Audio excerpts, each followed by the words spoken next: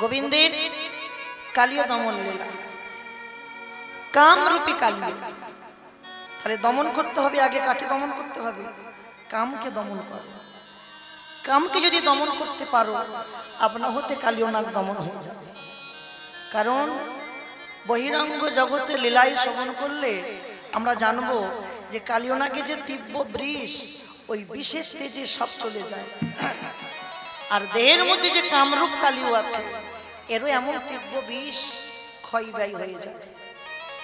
বিশ্বপিতা আমাদের একটা পূর্ণ দেহ করে পাঠিয়েছে, পূর্ণ দেহ।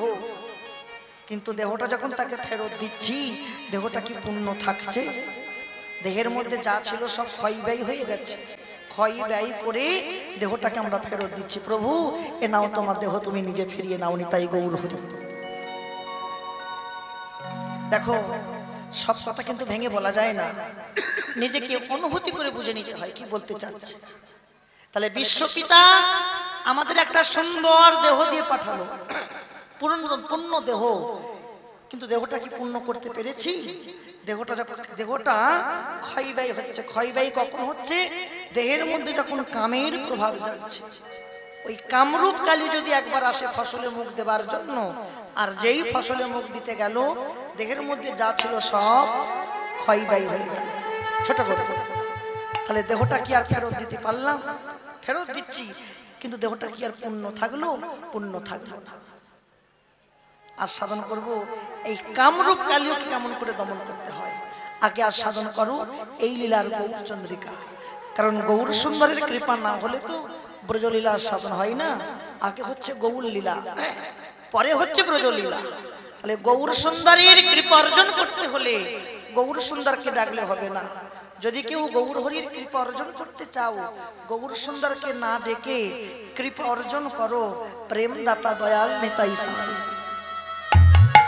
নিতাই চাঁদ যদি একবার কৃপা করে, নিতাই চাঁদের কৃপা হলে, নিতাই চাঁদের করুণা হলে আপনা হতে গৌর চাঁদের কৃপা হবে। তাহলে প্রথমে নিতাই চাঁদের কৃপা, আর নিতাই চাঁদের কৃপা যদি একবার কারো ভাগ্যে হয়, নিতাইয়ের কৃপা হলে গৌরের কৃপা হবে। নিতাইয়ের কৃপা হলে গৌরের কৃপা হবে। আবার বললেন গৌরের কৃপা হলে ব্রজের কৃপা হবে। আবার বললেন ব্রজের কৃপা হলে ব্রজনাথের কৃপা হবে। আবার বললেন ব্রজনাথের যদি কৃপা একবার কারো ভাগ্যে হয়, রাধা গোবিন্দের যুগল চরণ দর্শন হয়।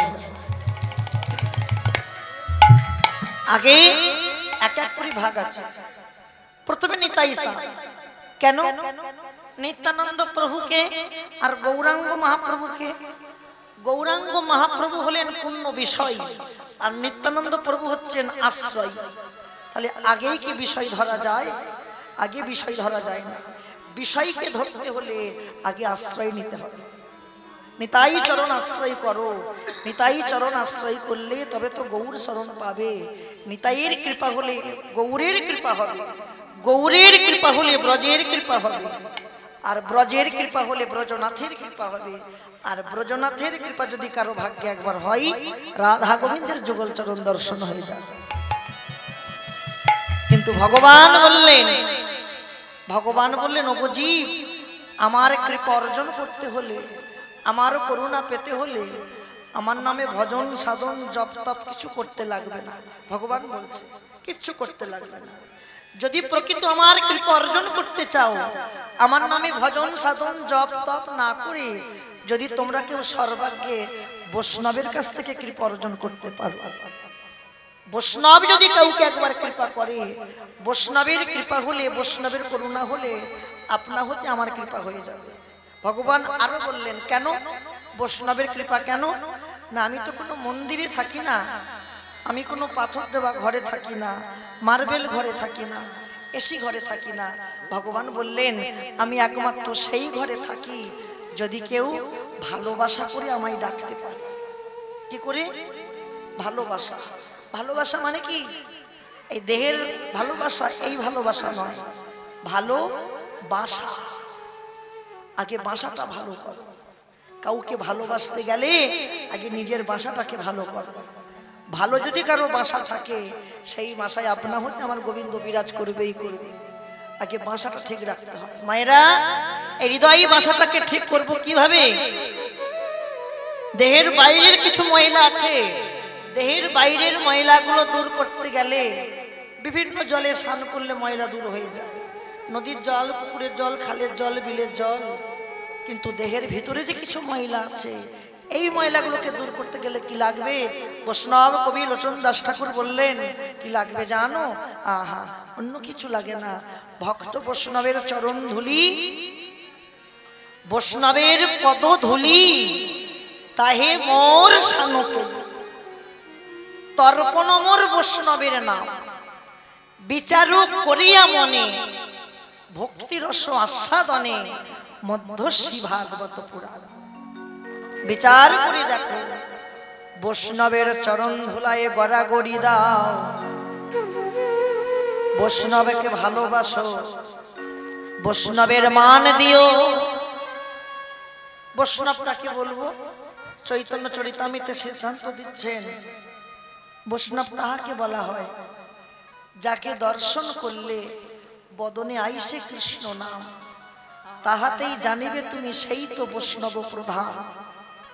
যাকে দর্শন করলে আমার বদনে কৃষ্ণ নাম আসবে, যাকে দর্শন করলে তার দুটি চরণে আমার মাথা নোয়াতে ইচ্ছা যাবে, তাকেই তো বৈষ্ণব বলা হয়। আরো বললেন, এটা চৈতন্য চরিতামৃতে বললেন, আর চৈতন্য ভাগবতে বৃন্দাবন দাস ঠাকুর বলছেন বৈষ্ণব তাহাকে বলা হয় কাটিলে তরু দেহ কথা ন বলই, শুকাইয়া মরে তবু জল নাহি মাগয়। তরু মানে কি? বৃক্ষ, গাছ। গাছকে যখন কাটা হয় গাছ কথা বলতে পারে? পারে না। বৃক্ষ শুকনো হয়ে হয়ে মরবে, তবু কিন্তু কোনোদিন কারো কাছে জল চায় না। লক্ষ্য রাখো মায়েরা, তাহলে বৈষ্ণবকে ভালোবাসতে হয়। দুটো কথা বলি, সবাই কথাটা মন দিয়ে শোনেন। কীর্তন তো বহু জায়গায় শুনতে যান, এখনো যাবেন, কিন্তু কীর্তন আসরে গিয়ে কর্তৃপক্ষরা অনেক জায়গা করে দেয়। কি অনেক জায়গা দেয় বসবার জায়গা, যেখানে সেখানে বসলে কীর্তন শোনা হয় না।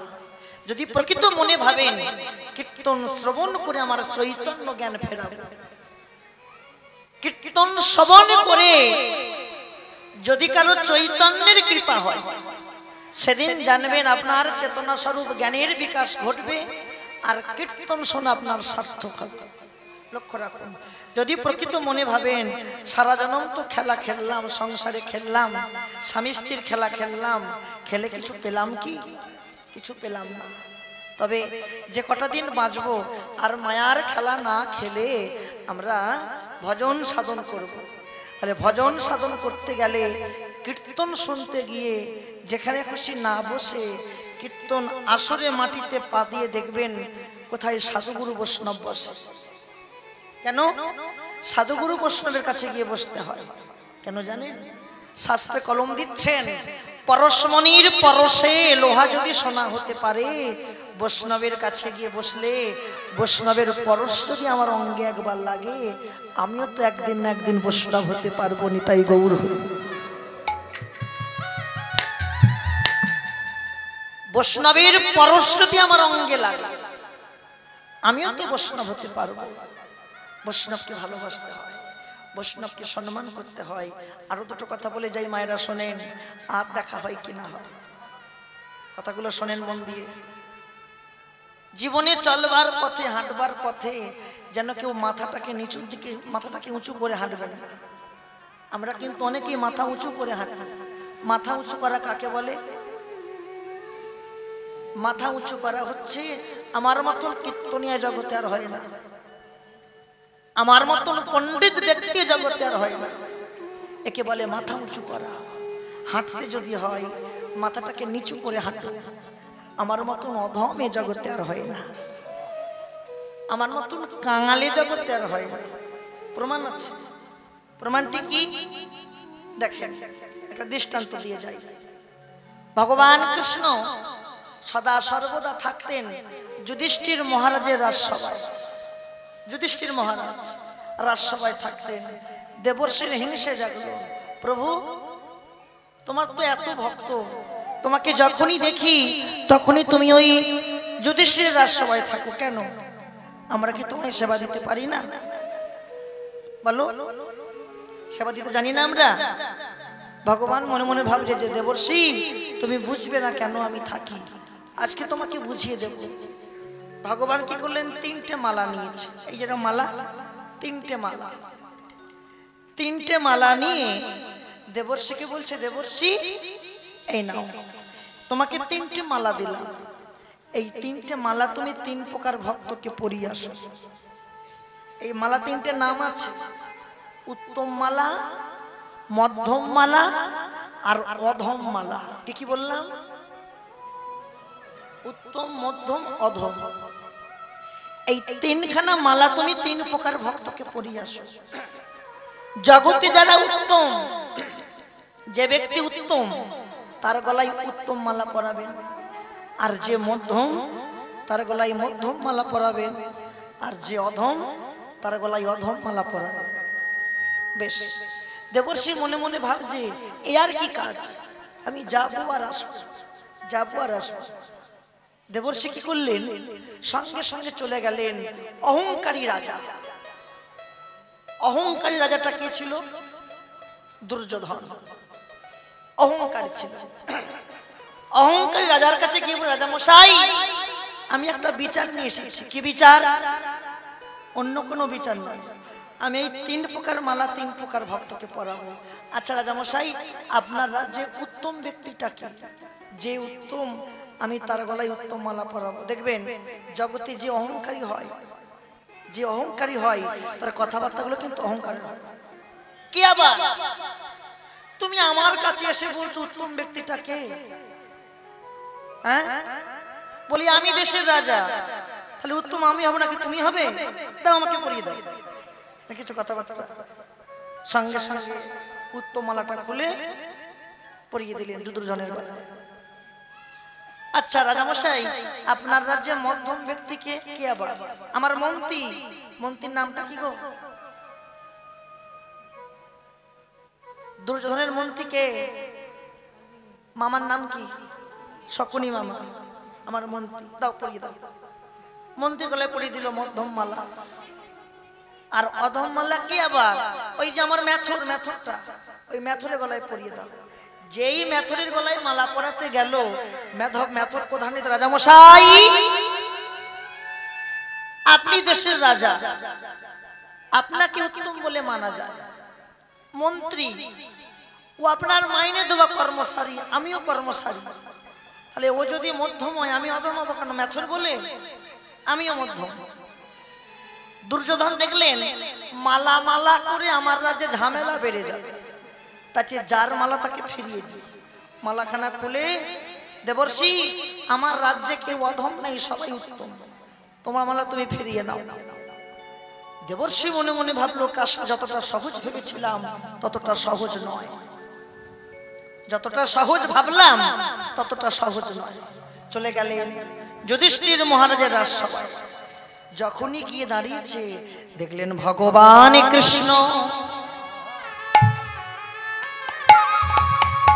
রাজ সিংহাসনে বসে আছে, আর দেবর্ষি চরণ তলে বসে, যুধিষ্ঠির চরণ তলে বসে চরণ সেবা করছে। যেই পৌঁছেছে যুধিষ্ঠির দেখতে পেলেন দেবর্ষি দাঁড়িয়ে আছে। আরে কি ব্যাপার, আজ আমার বড় সৌভাগ্য যে প্রভাত কালে আমি একজন পরম বৈষ্ণবের সন্ধান পেয়েছি। একজন পরম বৈষ্ণব রাজ সবাই চরণ দিয়েছে, আসুন আমি আপনার কি সেবা করতে পারি বলুন। আচ্ছা মশাই, আমি একটা বিচার নিয়ে এসেছি। কি বিচার? আমি 3টে মালা 3 প্রকার ভক্তকে পরাবো। তা আপনি তো দেশের রাজা, আপনার রাজ্যে উত্তম ব্যক্তি কে? যে উত্তম আমি তার গলায় উত্তম মালা পরাবো। কে আবার?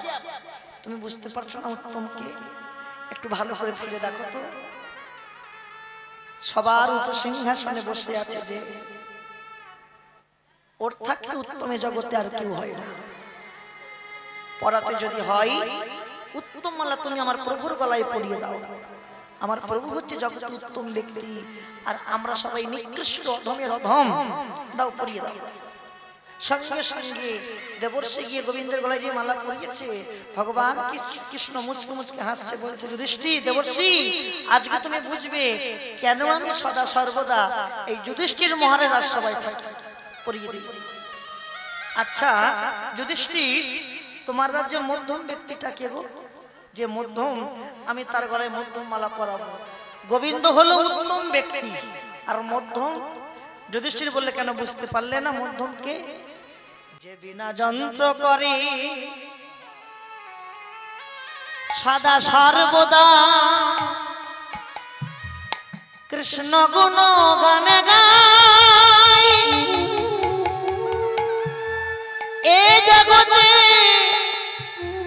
তার মতন মধ্যম আর কে ভাই? তার মতন মধ্যম কে আছে? যে বিনা যন্ত্র করে সদা সর্বদা কৃষ্ণ গুণ গান গায়। দেবর্ষি, এ জগতে তুমি হচ্ছে মধ্যম, আমার প্রভু যদি উত্তম হয় তারপরে তুমি। সঙ্গে সঙ্গে যুধিষ্ঠির মহারাজ যুধিষ্ঠির হাত থেকে মধ্যম মালাটা খুলে তার গলায় পরিয়ে দিল। আর অধম ব্যক্তিটাকে? অধম চিনতে পারছো না কে? যে কৃষ্ণকে পেয়েও কোনোদিন কৃষ্ণকে সেবা দিতে পারল না, যে কৃষ্ণকে পেয়ে একটা দিনের জন্য হলো কৃষ্ণকে সেবা দিতে পারল না, কৃষ্ণকে চিনতে পারল না। দেখো ভগবান কৃষ্ণ প্রত্যেক দিন আমার রাজসভায় চরণ দেয়, কিন্তু তাকে আমি চিনতে পারলাম না, তাকে ধরতে পারলাম না, তাকে সেবা দিতে পারলাম না। আমার মতো অধম এ জগতে আর কে বা আছেন? তাই গৌর হরি। নিজেকে প্রত্যেকটা মুহূর্ত ভাবতে হবে অধম, যেন উত্তম ভাবতে যায় না, প্রত্যেকটা মুহূর্ত অধম ভাববে। আর অধম যদি প্রমাণ করতে পারেন, উত্তম অধম যদি প্রমাণ করতে পারেন, একদিন না একদিন কৃপা হবে। তাই আজ নদিয়া বিহারী গৌর হরি আমার ওই সুরধ্বনি গঙ্গাকে দর্শন করলেন। মায়েরা কাকে দর্শন করেছে? সুরধ্বনি গঙ্গা। সুরধ্বনি গঙ্গা আছে কোথায় মায়েরা? শ্রীধাম নবদ্বীপে। নবদ্বীপ থাকতে মায়াপুর যেতে হলে, আবার মায়াপুর থাকতে নবদ্বীপে আসতে হলে একটি নদী পার হতে হয়, যার নাম সুরধ্বনি গঙ্গা। ওই সুরধ্বনি গঙ্গাকে দর্শন করলেন শ্রীমান মহাপ্রভু। দর্শন করে বললেন না না না না, এটা সুরধ্বনি গঙ্গা নয়, এটা কি জানো? এটা হচ্ছে কালীদহ। এটা কি? কিন্তু কালীদহ আছে কোথায়? কালীদহ বৃন্দাবনে। কালীদহ তো নবদ্বীপে নাই, নবদ্বীপে সুরধ্বনি গঙ্গা আছে। কিন্তু তাহলে প্রভু কি ভুল দর্শন করলেন? প্রভু পুরাবের ভাব, ব্রজের ভাবে ভাবাবিত হয়ে আজকে প্রভুর কোন ভাব? কখনো রাধা ভাব, কখনো কৃষ্ণ ভাব, কিন্তু আজকে গৌরাঙ্গ মহাপ্রভুর আজকে হচ্ছে কৃষ্ণের ভাব। কৃষ্ণের ভাবে ভাবাবিত হয়ে মহাপ্রভু ওই সুরধ্বনি গঙ্গাকে দর্শন করলেন। এটা হচ্ছে কালীদহ। তাহলে আমার মনে হয় আমি কালীদহ দেখতে পেলাম, মনে হয় কালীদহ তো আছে, তাহলে এই কালীদহে মনে হচ্ছে কালীও না গো আছে। হ্যাঁ, তাই প্রভু আজকে ভাবের ভরে ওই পুরাবের ভাবে বিভোর হয়ে ডাকছেন। কেমন করে দেখো, আরে ও কালীও, ও কালীও না গো বলি আমার গোরা,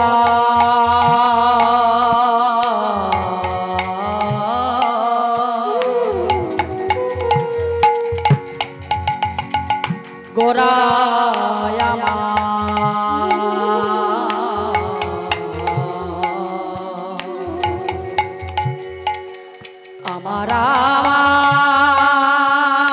আমার ভাবে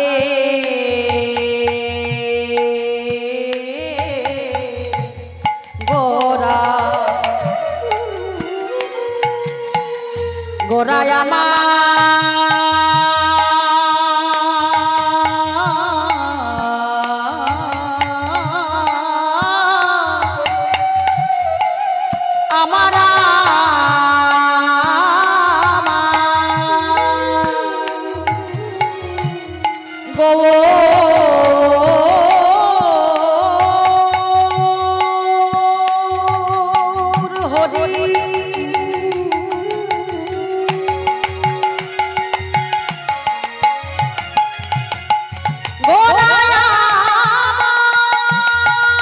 হরি হরি হরি হরি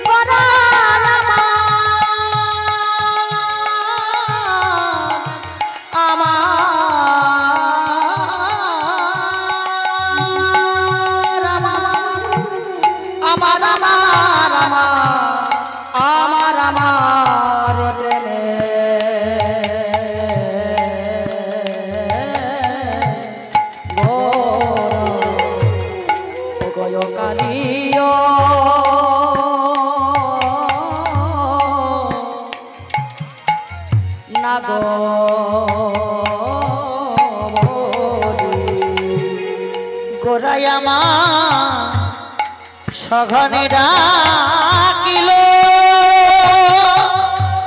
গৌরামা অগয় কালিও না বলি গৌরামা সঘনে ডাকিল ডাকিতে লাগিল ডাকিতে লাগিল ডাকিতে লাগিল গৌর ডাকিতে লাগিল কালিও নাগে বলি ডাকিতে লাগিল বলিও কালিও নাগে বলি ডাকিতে লাগিল কালিও নাগে বলি ডাকিতে লাগিল বলিও কালিও নাগে বলি বাবা বেশে গৌর ও কালিও নাগে বলি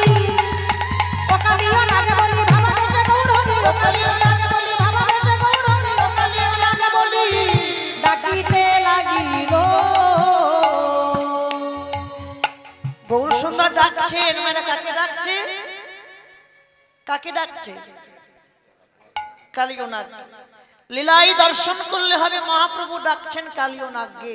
আর জীব শিক্ষা তত্ত্বের ঘরে যান, মহাপ্রভু কাকে ডাকছে? আমাদের মতন দুরাচারী পাপাচারী অত্যাচারী কলিহত জীবকে ডাকছে, ওরে আর মায়া ঘুম না ঘুমায়ে একবার উঠে আয়, ওই কালীদহ থেকে উঠে আয়। আজকের কালীদহ কোনটা? আজকের কালীদহ হচ্ছে ভবের সংসার। সংসার যদি কালীদহ হয় তাহলে কালিও না কোনটা?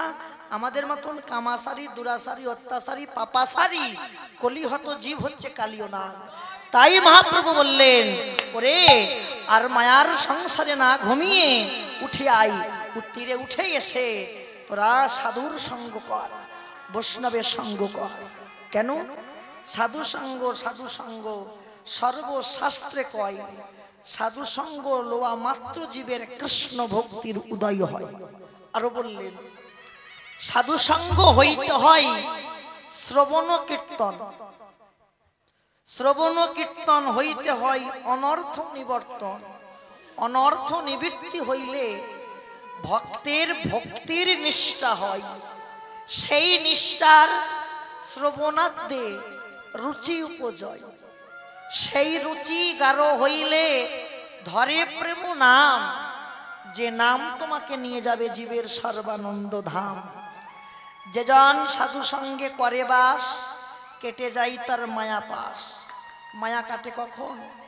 মায়া তখনই কাটবে যদি কেউ রহ রহ সাধু সঙ্গ করতে পারে, বৈষ্ণবের সঙ্গ করতে পারে। সাধু সঙ্গ কাকে বলবো? সাধুকে জড়িয়ে ধরলে সাধু সঙ্গ হবে না? হবে? সাধুকে জড়িয়ে ধরলে সাধু সঙ্গ হয় না। সাধু সঙ্গ সেদিন হবে যেদিন সাধুর বাক্য তুমি মেনে চলতে পারবে, সেদিন তোমার সাধু সঙ্গ হবে। তাহলে কি বললেন? যেজন সাধু সঙ্গে করে বাস, কেটে যাই তার মায়া পাশ, তার কৃষ্ণ পদে মতি হয়। সাধুর চরণ ধুলি কণা মাত্র মাথায় তুলি, অনাদিকাল গোলকেতে রয়নি তাই গৌর হরি। সাধু সঙ্গ করতে হয় মায়েরা, বৈষ্ণবের সঙ্গ করতে হয়।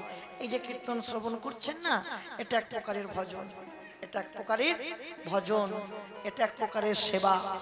কীর্তনটাকে ভালোবাসো। কীর্তন শ্রবণ করে যদি কোনো ভাগ্যবান ভাগ্যবতীর চৈতন্য ফেরে, সেদিন জানবেন আপনার চৈতন্যের কৃপা হয়েছে, তার আগে কিন্তু হয়নি। আহা, গৌরকে ভালোবাসতে হবে, নিতাইকে ভালোবাসতে হবে। গৌর ছাড়া জগতে আমরা কিছু চিনি না। গৌরকে ভালোবাসবো কি করে? ভালোবাসার মতো ভালোবাসতে হবে।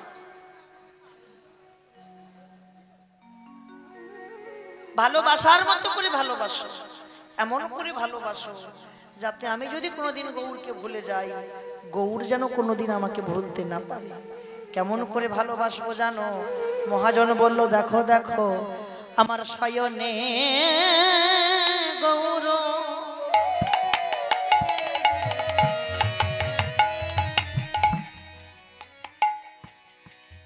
স্বপনে গৌর,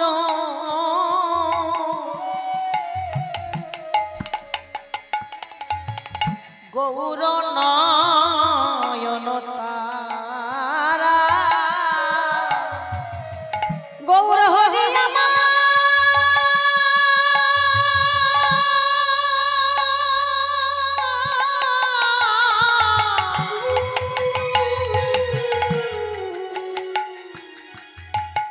আমার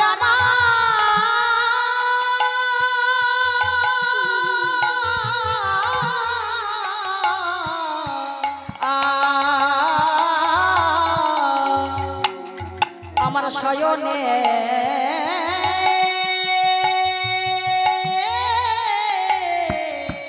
গৌর,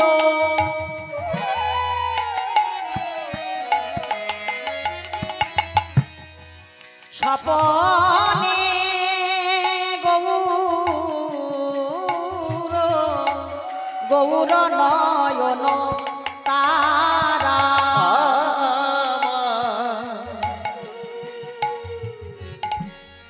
শয়নে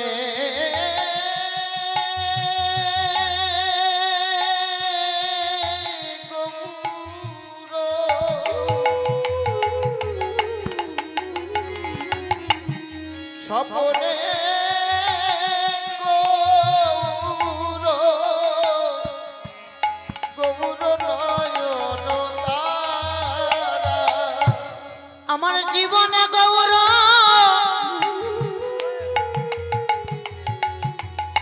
মরণে গৌর, আমার জীবনে গৌর, ওরে না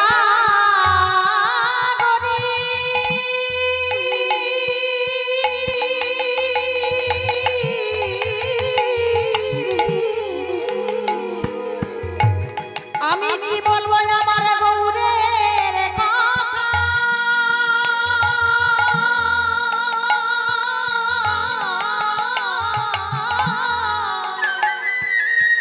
আমার জীবনে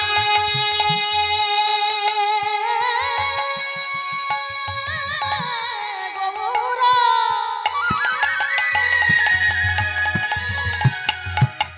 মরণে গৌর, গৌর গলার মালা, গৌর গলার মালা, আমার জীবনে গৌর, আমার মরণে গৌর, গৌর গলার মালা, গৌর গলার মালা। আমি গৌর ছাড়া আনে জানি না,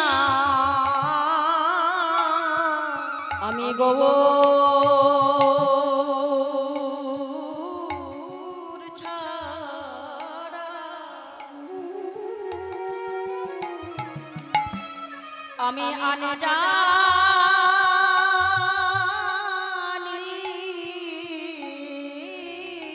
না, আমি গৌর ছাড়া নাগরীর আনে যা না আমি যে গৌর ছাড়া আনে যা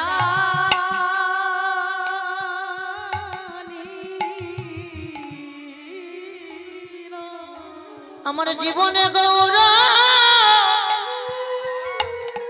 মরণে গৌর নাগরীর আমি গৌর ছাড়া আনে জানি না আমি গৌর চরণে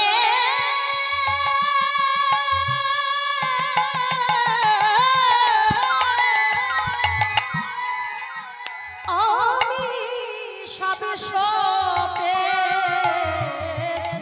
আমি গৌর ছাড়া আনে জানি না আমি গৌর চরণে সবে সপেছি আমার জীবন যৌবন দেহ মন প্রাণ গৌর চরণে সবে সপেছি জীবন যৌবন দেহ মন প্রাণ গৌর চরণে সব শোকে অগ জীবন যৌবন দেহ মন প্রাণ গৌর চরণে সব শোকে অগ জীবন যৌবন দেহ মন প্রাণ আমি গৌর চরণে সব শোকে অগ জীবন যৌবন দেহ মন প্রাণ আমি গৌর চরণে সব শোকে জীবন যৌবন দেহ মন প্রাণ গৌর ছাড়া আমি আনে যা